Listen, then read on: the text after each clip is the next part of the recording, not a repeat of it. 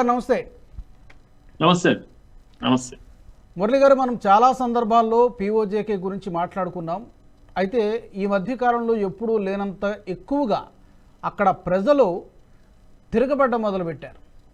పోలీసుల మీద తిరగబడ్డము, రాళ్ళు విసరడము, కాల్పులు జరపడం, చాలా ఉద్రిక్తమైనటువంటి వాతావరణం కనిపిస్తుంది. ఇనీషియల్ మీ రిమార్క్స్ ఏంటి? ఒకటి ఏమో ఈ ప్రాంతం నిర్లక్ష్యానికి గురైంది అనేది జగమెరిగిన సత్యం. పాకిస్తాన్ ఆధీనంలో ఉన్నప్పటికీ కూడా పాకిస్తాన్ మొదటి నుంచి చేసిన నిర్లక్ష్యము ఈ ప్రాంతాన్ని నిర్లక్ష్యం చేయడము, ముఖ్యంగా వాళ్ళ యొక్క ఆర్థిక సమస్యలు, డే టు డే విషయాలు, ఇప్పుడు చేస్తున్నటువంటి ఆందోళన అంతా కూడా ధరల గురించినటువంటి ఆందోళన, విద్యుత్ సంబంధించినటువంటి ఆందోళన, తీవ్రమైనటువంటి పేదరిక సమస్య, ఇదే పెద్ద సమస్యగా మనకు కనిపెడతా ఉంది, బయటికి వస్తా ఉంది. ఆ విధమైన అసంతృప్తి మొదటి నుంచి ఉంది. అయితే ఇప్పటికిప్పుడు వస్తున్నటువంటి దీంట్లో ఏంటి అంటే, ఈ తిరుగుబాటు యొక్క గళము ఏదైతే వినబడుతుందో అది తీవ్ర రూపం దాల్చింది. ముఖ్యంగా మొన్నటి ఈ 4 రోజులుగా జరుగుతున్నటువంటి తిరుగుబాట్లు, పోలీసు దుశ్చర్యలు కొన్ని బాగా వాళ్ళను దెబ్బతీశాయి. ముఖ్యంగా గాయాల పాలయ్యారు, ఇద్దరు చనిపోయారు, పోలీసులు కూడా చనిపోయారనే విషయం మన అందరికి తెలుసు కనుక దీంతో తిరుగుబాటు పెరిగింది. ముఖ్యంగా ఈ అవామీ ఏదైతే సంస్థ ఉందో, కమిటీ ఏదైతే ఉందో, అది కంప్లీట్ గా భారత్ వైపు చూస్తున్నట్టు మనకు కనిపిస్తా ఉంది. షౌకత్ నవాజ్ ఎవరైతే లీడర్ ఉన్నారో ఆయన పూర్తిగా భారత్ వస్తే బాగుండు, భారత్ ఆధీనంలోకి మేము పోతే బాగుండు, మాకు శాశ్వత పరిష్కారం లభిస్తుంది కదా అనేటువంటి ఆలోచన బాగా పెరిగిపోయిన సందర్భంగా, అందుకే ఈ మంట ఆరడం లేదా అంత ఈజీగా అని నాకు అనిపిస్తున్నటువంటి విషయం. ఓకే మురళి గారు, వెల్కమ్ బ్యాక్. కాళిదాస్ గారు నమస్తే అండి. నమస్కారం అండి. మనందరికీ తెలుసు, ఇది రావణ కాష్టంలాగా దశాబ్దాలుగా రగులుతూనే ఉంది. అయితే దీనికి ఎప్పటికీ కూడా ఒక ఫుల్ స్టాప్ అని చాలా క్లిష్టమైనటువంటి సమస్య. ఇప్పుడు మురళీ గారు చెప్పినట్టుగా భారత్ జోక్యం చేసుకోవడానికి ప్రత్యక్షంగా కానీ లేదా పరోక్షంగా కానీ ఏమైనా అవకాశం ఉందా? ఒకవేళ చేసుకుంటే ఏమవుతుంది? ప్యానలిస్ట్ కల్నల్ పరమేశ్వర్ గారికి, మురళీ గారికి నమస్కారం అండి. ఇది చాలా బర్నింగ్ ఇష్యూ అండి as far as India is concern. ఎందుకంటే ఈ రావణ కాష్టం ఈ రోజుది కాదు, 1947 ఆగస్టు 15 నుంచే ఉంది. బ్రిటిషర్స్ నెయిదర్ పాకిస్తాన్లో కలపకుండా జమ్మూ అండ్ కాశ్మీర్ని భారత్లో కలపకుండా వదిలేశారు. సో అక్కడున్న ప్రజలు ఆ రోజున 70-80% మంది ముస్లిమ్స్. రాజా హరిసింగ్ కూడా అటు ఇటు కాకుండా మనం న్యూట్రల్గానే ఉందామనే అభిప్రాయంతో ఉన్నాడు. కానీ పాకిస్తాన్ నుంచి ఆపరేషన్ గుల్బర్గ్ అనేది ప్లాన్ చేసి కాశ్మీర్ని అక్టోబర్ 2022 ప్రాంతాలలో ఆక్యుపై చేయడానికి వాళ్ళు ఆ గిల్గిస్తాన్ పఖ్తూన్ ట్రైబల్స్తో కలిసి అటాక్ చేశారు. సరే, రాజా హరిసింగ్ పారిపోయి ఢిల్లీ వచ్చి పటేల్ గారు చాణక్య నీతితో ఆయన చేత అక్టోబర్ 26, 1947లో యాక్సెస్ ఆఫ్ ఇన్స్ట్రుమెంట్ అది సైన్ చేయించారు.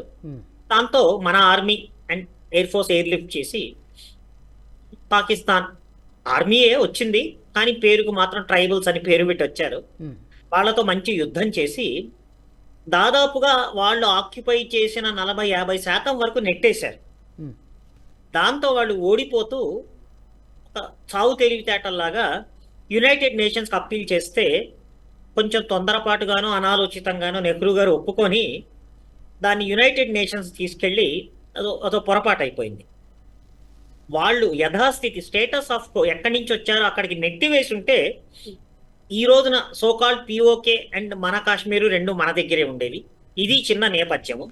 ఇక మీరు అడిగిన దాన్ని మన వైపు కలుపుకోవాలంటే కాశ్మీర్ లోయలో మిలిటెన్సీ స్టార్ట్ అయింది 85లో. దానికి ముందు పాకిస్తాన్ గవర్నమెంట్ 3 యుద్ధాలు, కార్గిల్ది పక్కన పెట్టగా 1947 అక్టోబర్ 22 నుంచి డిసెంబర్ 31 వరకు, తర్వాత 1965లో చికెన్ నెక్ ఆక్యుపై చేద్దామని 65లో అటాక్ చేసి, తర్వాత 71 వార్. ఈ 3 యుద్ధాలలో చావు దెబ్బతిని భారతదేశంతో యుద్ధంలో ఎట్టి పరిస్థితుల్లో గెలవలేము అని కృతనిశ్చయంతో ఉండి మన ఆక్యుపేషన్లో ఉన్నటువంటి కాశ్మీర్ని కలుపుకుందామని శతవిధాల ప్రయత్నించి భంగపాటు. ఏం చేశారు వాళ్ళు? ఖలిస్తాన్ ఉద్యమాన్ని ఎగదోశారు. అది అణిచేసిన తర్వాత కాశ్మీర్లో ఇస్లామీ జిహాదీ ఉద్యమానికి చేయూతనిచ్చారు. సో ఈ నేపథ్యం ఎందుకు చెప్తున్నానంటే, ఆ రోజు 85లో మొదలయ్యి దాదాపు 39 సంవత్సరాలు, గత 2-3 ఏళ్లలో చాలా వరకు కంట్రోల్ ఆపరేషన్ బాలాకోట్ తర్వాత. కానీ ఈ 36 ఏళ్ళు 30 ఏళ్ళు మన దగ్గర కూడా రావణ కాష్టం రగులుతోంది. ఈ రోజున వాళ్ళకి, పాకిస్తాన్ ప్రజలకి ప్రధానంగా జరిగింది ఏమిటంటే, వాళ్ళు పాకిస్తాన్ ఏర్పాటు చేసుకున్న ప్రధానంగా వాళ్ళు ఆజాద్ కాశ్మీర్, సింధ్, తర్వాత పంజాబ్ అండ్ బలూచిస్తాన్. ఈ సింధ్, పెషావర్, ఈ ప్రాంతాలు, పంజాబ్ అండ్ ఆజాద్ కాశ్మీర్ ఏదైతే ఉన్నాయో, వాళ్ళకి ఒరిజినల్ పాకిస్తానీ వాళ్ళకి భారతదేశం నుంచి వచ్చినటువంటి వాళ్ళు మొజాహిర్లు, తక్కువ జాతి వాళ్ళు అని తక్కువ చూడటం, చిన్న చూపు చూడటం మొదటి నుంచే ఉంది. మురళి గారు చెప్పినట్టు. సో ప్రత్యేకమైన అభివృద్ధి ఏమీ చేయలేదు. అక్కడున్న అద్భుతమైన సంపద కానివ్వండి, రత్నాలు కానివ్వండి, మైనింగ్ అవి చేసి, అంటే ఈ పర్టికులర్గా అభివృద్ధి చేయకపోవడానికి వాళ్ళు కలిపేసుకున్నారు, ఆక్రమించుకున్నారు. ఓకే, కావాలని ఇంటెన్షనల్గా అభివృద్ధి చేయలేదా? ఎలా చూడాలి మనం? అంటే ఏదో అది వివాదాస్పద ప్రాంతంగా ఉంది కాబట్టి ఏదో ఒక రోజున మళ్ళీ భారత్కు అప్పగించాల్సి ఉంటుంది కాబట్టి అక్కడ మనం డెవలప్ చేసిన ఉపయోగం ఉండదనేటువంటి ఉద్దేశంతోన ఎలా చూడాలి మనం? 2 రకాలుగా. వాళ్ళు అక్కడ మొదటి నుంచి వాళ్ళు నెయిదర్ పాకిస్తాన్ నెయిదర్ ఇండియా, మేము స్వతంత్రంగా ఉందామనే ఆ రోజు ఉన్న జనరేషన్ ఉద్దేశం. అది మోరార్లెస్ క్యారీ ఫార్వర్డ్ అయింది. మీరు అడిగినట్టు పాకిస్తాన్కి స్పష్టంగా తెలుసు ఇక్కడ పెద్ద గ్యారంటీ ఉండదు. తర్వాత భారతదేశం కూడా ఊరుకోదని కూడా స్పష్టంగా తెలుసు. అందులోనూ ప్రస్తుత ప్రభుత్వం గత 10-15 ఏళ్లుగా చాలా కఠినంగా వ్యవహరించింది అంతకు ముందున్న ప్రభుత్వాలతో పోస్తే. సో ఇవన్నీ బేరీజ్ వేసుకొని ఈ రోజు కాకపోయినా రేపైనా రాజకీయ కారణాలు కానీ, సైనిక కారణాలు కానీ, ఇది మన చేజారిపోయే అవకాశం చాలా ఎక్కువగా ఉంటుంది అన్న దుర్బుద్ధి ఉంది వాళ్ళకి. నో డౌట్ అఫీషియల్గా డెవలప్ చేయాలి. కానీ వీళ్ళందరూ మొజాహిర్లు, మన దేశానికి చెందిన వాళ్ళు కారు, ఎప్పటికైనా వెళ్ళిపోతారు. సో ఆ రకంగా చిన్న చూపు చూడటం భయంకరమైన అవినీతి. పాకిస్తాన్లో మిగతా ప్రాంతాల్లో బలూచిస్తాను, సింధు, పంజాబ్ ప్రాంతాల్లో పోలిస్తే పీఓకేలో మానవ హక్కుల ఉల్లంఘన కానీ, అవినీతి కానీ భయంకరంగా తాండవిస్తున్నాయి.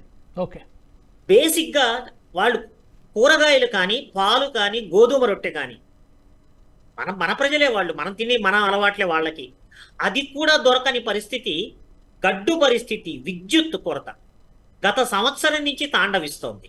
ఇప్పుడు చివరికి తిరుగుబాటు మొదలైంది. వాళ్ళకు కూడా రియలైజేషన్ వచ్చింది.